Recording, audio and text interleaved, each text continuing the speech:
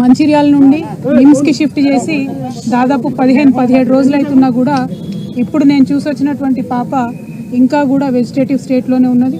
దాదాపుగా వెంటిలేటర్ మీదనే చాలా రోజుల నుంచి ఉన్నటువంటి సందర్భం.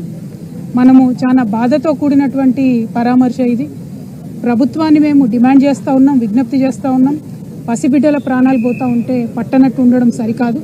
ఈ ప్రభుత్వం వచ్చి 11 నెలలైతే దాదాపుగా నెలకు 3 మంది యావరేజ్గా ఇప్పటికే 42 మంది బిడ్డలు ప్రభుత్వ పాఠశాలల్లో చదువుతున్నటువంటి వాళ్ళు కేవలం ప్రభుత్వం యొక్క నిర్లక్ష్యంతో ఫుడ్ పాయిజనింగ్ వల్ల చనిపోవడం జరిగింది.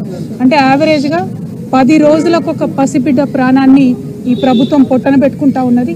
ఇది సరైనటువంటి వైఖరి కాదు. అన్ని సంక్షేమ శాఖలు కూడా గౌరవ ముఖ్యమంత్రి గారి దగ్గర ఉండడంతో మరి వారి సమయం వెచ్చించలేకపోతున్నట్టుగా కనపడతా ఉన్నది. ఒక్క 10 నిమిషాలు మీరు పాఠశాలల్ని పసిబిడ్డల గురించి ఆలోచించి రివ్యూ చేసినట్టయితే ఈ ప్రాణాలన్నీ కూడా కాపాడేటటువంటి పరిస్థితి ఉంటుంది. నిన్న పేపర్లో చూసాం, నారాయణపేటలో హాస్టల్లో అన్నంలో పురుగు వచ్చిందని చెప్పి పిల్లలందరూ ధర్నా చేస్తే స్వయంగా ముఖ్యమంత్రి గారు మరి రివ్యూ చేసిన తర్వాత తెల్లారి మర్నాడు కూడా మళ్ళీ అదే సీన్ రిపీట్ అయితే పిల్లలంతా ఇప్పుడు కూడా ధర్నా చేస్తున్నటువంటి పరిస్థితి మరి కనబడతా ఉంది. దయచేసి ప్రభుత్వాన్ని విజ్ఞప్తి చేస్తూ ఉన్నాం, మీ ప్రాధాన్యతను గుర్తించండి. బిడ్డల ప్రాణాలు ప్రాధాన్యమైనటువంటి అంశంగా మీరు స్వీకరించి తక్షణమే చర్యలు చేపట్టవలసిందిగా నేను డిమాండ్ చేస్తూ ఉన్నాను. నేను ఎస్టీ వెల్ఫేర్ అధికారి గారు శరత్ గారితో కూడా మాట్లాడడం జరిగింది. మరి వారు మేము చూస్తున్నాము, అన్ని రకాలుగా చర్యలు తీసుకుంటున్నామని చెప్తున్నప్పటికీ ఆదిలాబాద్ టు ఆలంపూర్ మీరు ఏ ఒక్క పాఠశాల చూసినా, ప్రభుత్వ గురుకుల కావచ్చు, ఆశ్రమ పాఠశాల కావచ్చు, ఏది చూసినా కూడా ప్రతి పాఠశాలలో ఏదో ఒక ఇన్సిడెంట్ జరిగింది. ఈ 42 మంది పిల్లలు 11 నెలల్లో చచ్చిపోయింది. అన్ని జిల్లాల నుండి ఉన్నారు.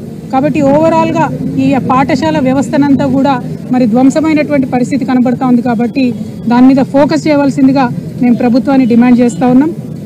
ఇదివరకు కేసీఆర్ గారి నాయకత్వంలో ప్రభుత్వ పాఠశాలల్లో చదివేటటువంటి పిల్లలు మరి మేము ఐఐటి పోవాలన్నా, ఐఐఎంకి పోవాలన్నా, లేకపోతే ఎవరెస్ట్ అధిరోహించాలా అని చెప్పి ఉన్నతమైనటువంటి ఆశయాలు లక్ష్యాలతో ఉన్నటువంటి సందర్భాన్ని కూడా మనం తెలంగాణ ప్రజలుగా చూసినాం.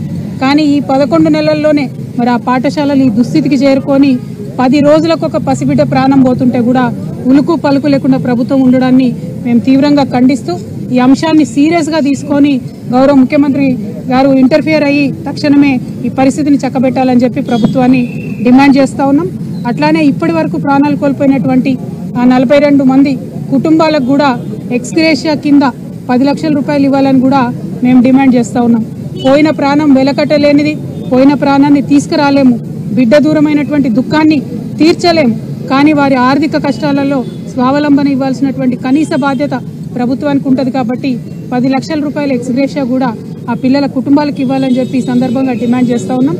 Thank you. జై తెలంగాణ.